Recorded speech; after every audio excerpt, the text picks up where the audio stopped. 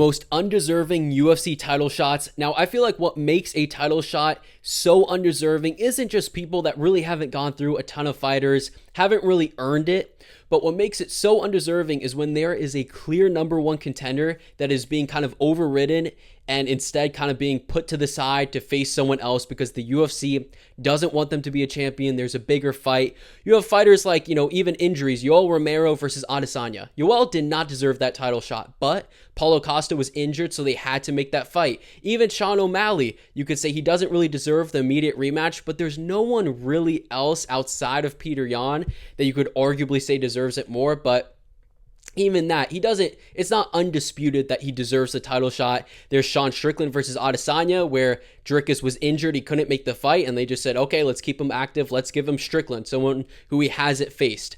So the title shots that I believe that are undeserved, where there was a clear number one contender, starting off with the first one, Alexander Volkanovski versus Yair Rodriguez at UFC 320. Now, this isn't confirmed, but with Evelev, it looks like he's going to face someone in Abu Dhabi in July. I believe Aaron Pico, if I'm not mistaken. Evelev, he's the clear number one contender. He's beat Dan Ige, Aljamain Sterling, Arnold Allen, Diego Lopez, who just fought for the belt and did relatively good. And you have Yair Rodriguez, right, who got dominated by Volkanovski, finished by Volk. Then he gets finished by Ortega, gives up in that fight. And then he gets one win against an aging Pitbull that wasn't even that impressive. It was kind of a boring fight. And you have Evelev, who's doing everything, fighting relatively active, honestly, even more active than Yair Rodriguez. I feel like he only got this title shot because he is a Mexican fighter and they want to do a big fight in Mexico. But even this doesn't make sense. They could just do Volkanovski versus Evelev and the co-main event, Lopez versus Yair. Lopez versus Yair is a bigger fight than Yair versus Volk, to be honest. And there's a ton of beef. It just doesn't make sense, this matchmaking. Not confirmed, but that's kind of what inspired this video. Moving on to the next one, Jon Jones versus Stipe Miocic. Now, Aspinall wasn't only the clear number one contender, he was the interim champion. Stipe, he had not competed in over 3 years, and in the last time he did compete, he got KO'd immediately by Francis Ngannou, who Dana White claims isn't that good, Cyril Gane or whatever. He barely won that fight, and Jon Jones destroyed him. So if it's not a good win, how is he getting rewarded for this? And Dana White likes to say, oh, well, it's because Stipe, he deserves this or whatever. He's done so much. They never do this for any other fighter. Any other aging fighter, they have Anderson Silva retiring in the Apex. They do not care about the fighters. They just don't. And this only happened because Dana White wanted Jon Jones to have an easy win and because he'll do whatever Jon Jones wants him to do. This was completely undeserving. Aspinall filled in for the UFC, which he didn't have to do while having a back injury. KO'd the number one contender, Sergey, in one round within like 2 minutes. This was ridiculous. Moving on to the next one, Alex Pereira versus Khalil Roundtree. So many recently, the matchmakers are terrible at their jobs. They do not do a good job. I feel like I would do so much better than them. This is ridiculous. Magomed was the clear number one contender, and he fought 2 weeks after, so he was ready to go. He wanted this fight. It wasn't because he wanted it in Abu Dhabi or whatever. No. Khalil arguably lost and did lose, in my opinion, to Dustin Jacoby. He had only really beaten old, aging Anthony Smith on short notice. The only reason this fight happened, I don't think Pereira was like ducking Ankalaev or like scared. I think it was the UFC's fault. They just wanted Alex Pereira as the champion. They knew he would probably beat Khalil in a pretty entertaining fight. And they just didn't want Magomed as the champ. They showed that time and time again. And as soon as they do fight, Magomed does great and he beats Pereira. And I do think he wins in the rematch. Moving on to the next fight that was undeserved. Sean O'Malley versus Chito Vera.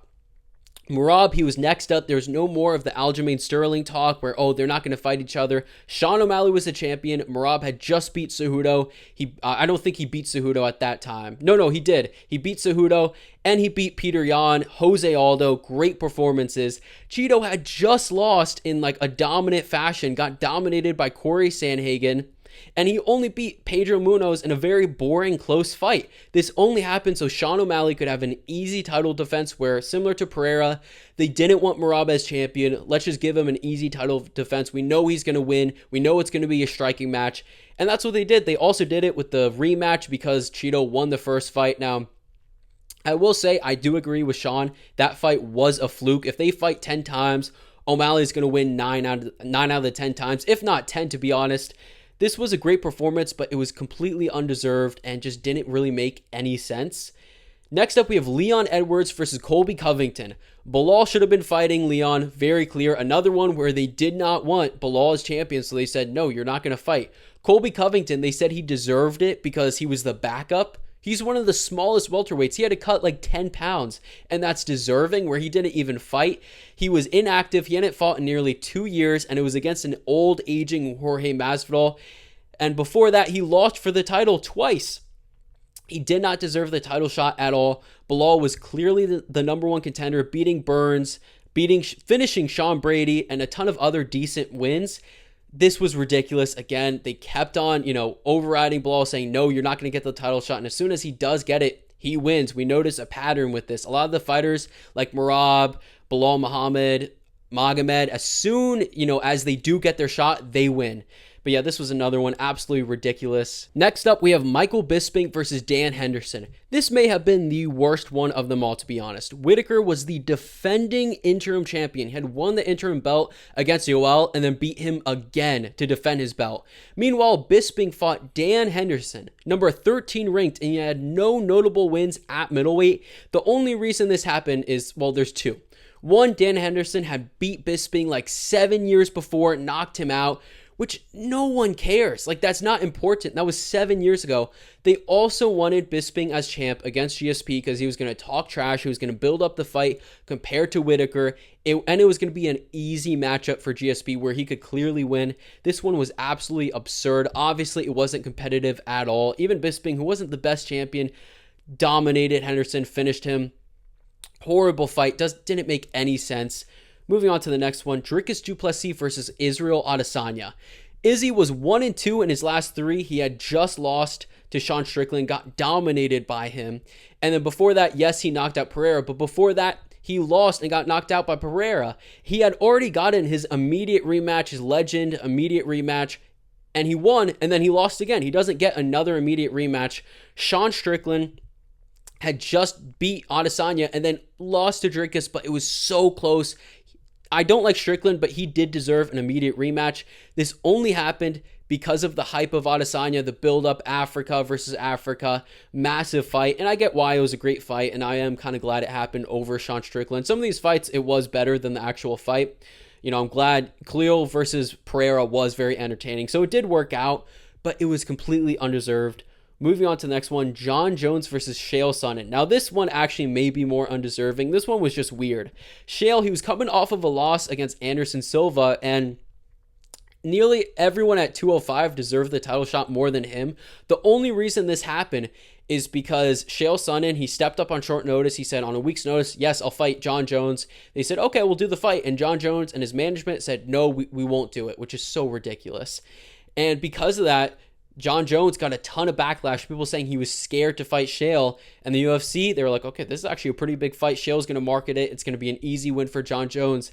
And they make the fight. It didn't make any sense. And obviously, exactly what happened. Jones got an easy first-round finish. It is crazy because he did break his toe, where if Chael would have made it to the end of the round, he probably would have been the champ, which would have been so funny. He said recently he would do no rematch if he did win it. I wish that would have happened. But yeah, this was another one. Completely undeserved. Didn't make any sense. I believe that is it. But yeah, let me know any other fights, title fights that I missed out on. Some of them I didn't put because I feel like a guy was either injured or whatever. It didn't really make much sense, where it was undeserved, but he was the only guy left. Let me know which ones you disagree with. But yeah, that is it for me. Let me know what you think, and yeah.